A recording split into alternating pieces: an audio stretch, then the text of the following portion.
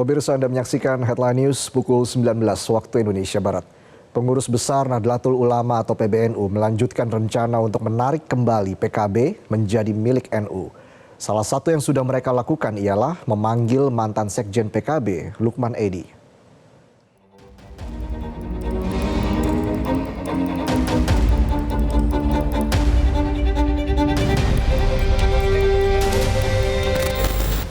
Menggunakan batik bernuansa ungu, mantan Sekjen PKB Lukman Edy membongkar semua keburukan PKB di tangan Ketua Umum Muhaimin Iskandar. Lukman harus menyampaikannya karena ia dipanggil oleh pengurus besar Nahdlatul Ulama.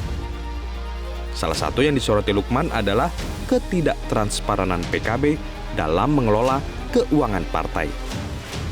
Ya, problem yang sangat mendasar itu adalah problem di mana PKB di bawah kepemimpinan Caimin ini secara sistematis mengurangi peran-peran dan kewenangan dari para kiai.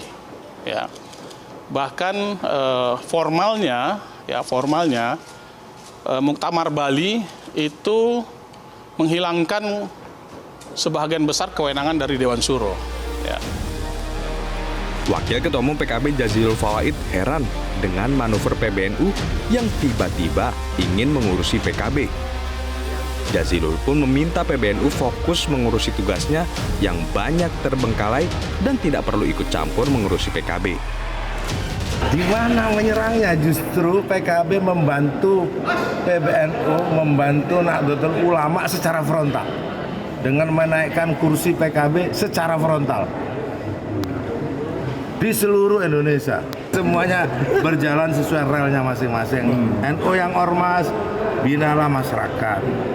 PKB yang organisasi partai politik, binalah partai politik ini untuk mendukung pemerintah. Itu beda kolam, beda jalur gitu. Kalau itu dihargai. Nah nanti kalau dia masuk ke jalur yang lain kan ketabrak. Analis politik Adi Praitno menilai sulit bila dalam waktu dekat PBNU dan PKB harus islah. Apalagi belakangan elit-elit PKB cukup keras mengkritik balik PBNU, terutama Ketua Umumnya Gus Yahya. Dulu kalau kita melihat PKB ya PBNU, kalau kita melihat PBNU ya PKB, memang tidak bisa dibantah dengan yang lain. Ada fase baru di mana Ketua Umum PKB itu beralih dari Kiai Said kemudian ke Gus Yahya. Hubungan antara PBNU dengan PKB memang sangat tidak harmonis, itu sangat kelihatan sekali. Titik kulminasinya tentu setelah adanya pansus haji yang bergulir di DPR, ini kan seakan-akan memang dalam tanda kutip gitu ya, ingin membuka aurat yang juga menjadi bagian dari Nahdlatul Ulama. Dalam hal ini adalah Menteri Agama yang juga notabene-nya adalah adiknya Ketua Umum PBNU. Jadi dalam konteks ini yang saya kemudian baca, makanya kawan-kawan PBNU secara perlahan juga mulai memunculkan delegitimasi kepada Muhaimin Iskandar. Suhu panas PKB PBNU sebelumnya juga merembet ke Pansus Haji DPR. Ketua Umum PBNU Gus Yahya menuding Pansus Haji dibentuk untuk menyerang adiknya yakni Gus Yakut yang kebetulan Menteri Agama.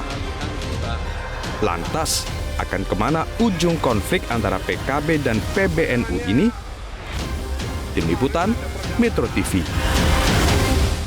Jelajahi cara baru mendapatkan informasi. Download Metro TV Extend sekarang.